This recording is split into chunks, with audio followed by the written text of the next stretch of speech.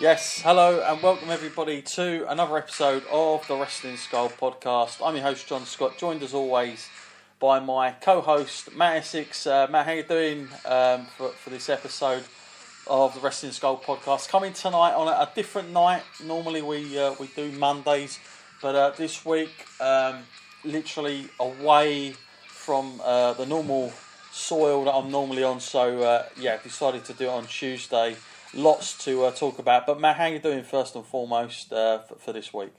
Yeah, I'm doing pretty well, thanks, and quite impressed that distance is no issue on this podcast. We can be on any continent and we'll still do our best to put this out there. Yep, we've managed to do that so far. I think that our track record in all this is that we've had literally a podcast a week since this has since the debut of this a couple years ago now. We've never missed a week. So and don't forget, folks, if you want to go back on the previous episodes, they are all there if you just hit the subscribe button on any device that you are currently using or any platform. We're all on all kinds of things these days. We're doing very, very well, I might add, on iHeartRadio. Got some latest figures of that from last week, and we've done a hell of a job on that last week on our live viewing as well as the downloads after it. So and by the way, that episode is still to this day going up. So yeah, it will be very interesting to see how that goes in the big scheme of things going forward, to see how many we get at the end of that. So if you guys don't forget, if you know anybody that likes wrestling, we're always happy to have your friends listening. It's a great way of getting us out there and support the podcast. And we're always happy to have new listeners. Matt, been another eventful 7 days. Not maybe for some of the best reasons in wrestling terms, especially WWE. But before I start talking about the news, Matt, are we like maybe 3 weeks away from WrestleMania? And I've got to say, like, normally this time of the year, I am pumped. I'm ready. I'm thinking about things in a positive way. I'm enthusiastic. I'm passionate. I'm trying to get like people that don't normally watch wrestling into wrestling because it's WrestleMania season. But is it me, Matt? I mean, I kept thinking about it earlier. I'm going to be as old as WrestleMania this year. I always am on the years that they turn. I'll be 33 this year. And I'm thinking to myself, is it my age that I'm now getting slightly less interested in the biggest event that WWE has to offer? Or is it that the past few years, Matt, have just been very badly produced, just not enough going on, and I can't put my finger on it. But Matt, from your point of view, how are you feeling from the setup that we currently have? 3 weeks away, by the way. It's not that long going into the biggest show of the year in WWE terms, which is probably the world in pro wrestling. So how are you feeling? And that love that you have for wrestling, I know you mentioned it before, you're normally buzzed up. Are you feeling it at all for this WrestleMania coming? Well, I've got to tell you, it's not just you, because I've got that same sinking feeling that this kind of WrestleMania is not the one. It wasn't too long ago that I was really seriously considering like how I'm going to afford to get tickets to this event and how I'm going to work out the plan and all that. But now it's rolled around. I'm kind of actually, and it sounds weird to say, it's glad that I didn't book tickets for this one, because it just has that real lackluster feel about it. And all of these sort of supposedly big events that they have booked that like can't wait for any other pay-per-view just have that general feeling about them that they could have been on any other generic pay-per-view. And it really kind of like annoys me when I see matches like before WrestleMania going off, like Randy Orton versus AJ, and I'm thinking that is the kind of quality kind of match that I want to see at WrestleMania. I mean, granted, they won't give you that on SmackDown, they'll give you a watered-down version of that, but if I saw AJ versus Randy at WrestleMania, I'd be much more happy than Bray versus Randy, that's for sure. Yeah, and quite frankly, we've got a few of those that we're going to talk about on this episode. We're not only going to talk about it, we're going to touch on some NXT as well. Haven't spoke about that for a little while, and plus we'll try and get some questions in at the end. But don't forget, if we don't get to the questions, we'll always answer them. I did get back to a lot of people in last week's, so we didn't have so much of a build-up. Matt, some news just sort of coming out about a few things I just wanted to pick up. I sent you the link earlier, and for everybody listening, that there is going to be a 24 episode on Kurt Angle, and there was some pictures shown of him sort of seeing Vince McMahon after quite a long, lengthy time away from WWE. It was nice to see that, and interestingly, Matt, Kurt Angle was also backstage, or will be backstage at SmackDown tonight, and not only that. We now have heard that Mick Foley himself endorses Kurt Angle as a possible replacement for him as the Raw general manager, which I thought was very interesting. He'd done that via Facebook, on his own Facebook, and that news has broke in the past couple of hours. That's an interesting thing there, Matt, because we've spoke about Kurt Angle, what kind of role he would have possibly if he's not wrestling. He'd make a perfect sort of on-screen, talent type persona.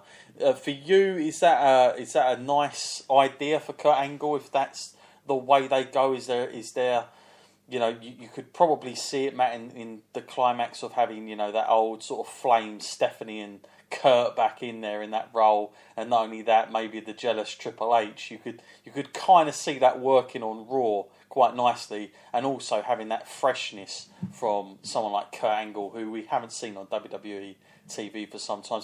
Does that sound any decent to you, Matt? That sort of idea? Yeah, I mean, at least it's something fresh. Kurt Angle hasn't been on WWE TV for quite some time now, so I'd be quite accepting of that. And like you said, there's a lot of history they can draw upon, and I know Kurt Angle might wish that he could do more on screen, particularly getting involved in wrestling itself.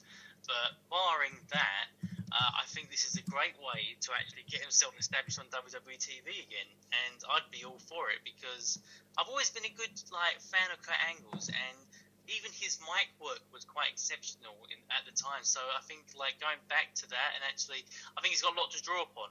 I mean, it's no questioning now that although he's a great athlete, he's not as young as he used to be. So he should be looking towards the future and thinking about what he can do beyond wrestling now. And I think stuff like this, where he's just going to use his own personality and his own charisma and his own mic skills, would be a lot better suited to him. Yeah, and I feel like he would have a good impact. I think it's definitely worth having him on TV if you're going to have Kurt Angle. Otherwise, it's a little bit of a waste. So yeah, that will be interesting. Matt, of course, we both would have watched Raw last night, and there's lots coming out of that. There was lots coming out of the week before as well. They're definitely tying up some loose ends with some of the programs that they're going to run. But I've had plenty of emails in, Matt, about just not so much the matches that are sort of almost in the pipeline that we know we're going to get, but the matches actually that we're not going to get, and the wrestlers that are not going to be used. Are you surprised, Matt, that because it looks like now that talks between, and whether this is a blessing in disguise, by the way, Shaquille O'Neal have broke down. Now, failing that, Matt, you think to yourself, well, the Big Show's going to be in his final WrestleMania. He keeps telling everyone that, and on his current contract, this is the final WrestleMania. And he's going into a battle royal again. Not really setting me on fire, I've got to say. If that's his last two Raw, I would have rather have seen maybe, if that's sort of a retirement type thing, why not just have Braun versus Big Show and have Braun going over, retiring the Big Show, kind of as a much more feature match, and it puts Big Show in more of a light. I mean, the Battle Royal thing, Matt, it's kind of been done now with the Big Show, isn't it? Surely to death. Or do you think this is going to be another sort of? Is this going to be a Braun Strowman Battle Royal where he wins and it's Big Show and him at the end? Is that how they're going to get around it? Or failing that, Matt, do they even use Shaquille O'Neal in a Battle Royal again? But by the way, we saw that last year, so I don't know how excited I am to see that again. What was your take from the announcement of Big Show going in this year's Andre the Giant Battle Memorial match for this year, Matt?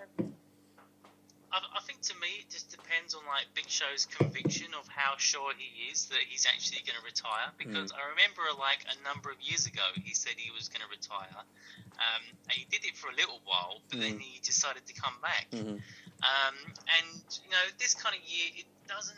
I mean, as much as Big Show says he wants to retire, it doesn't really feel like it has that great feeling, and it doesn't feel like it has that exclamation mark on it like some other wrestlers have, like Ric Flair and Shawn Michaels, and that when they've gone out, you've known it's the right time. Yeah. I definitely have that feeling that, you know, given the right amount of money and the right amount of prestige given in the match, that Big Show may possibly consider another kind of outing, because an Andre the Giant Memorial Battle Royal, which is already won, really doesn't feel like the one to end his career. And I'd love to see Big Show do it the old school way, like he was talking about just now, like going one-on-one with someone and giving them the rub, much like Shawn Michaels did when he went out. He lost, and he went out to the Undertaker. It's a great way to retire, and very humble.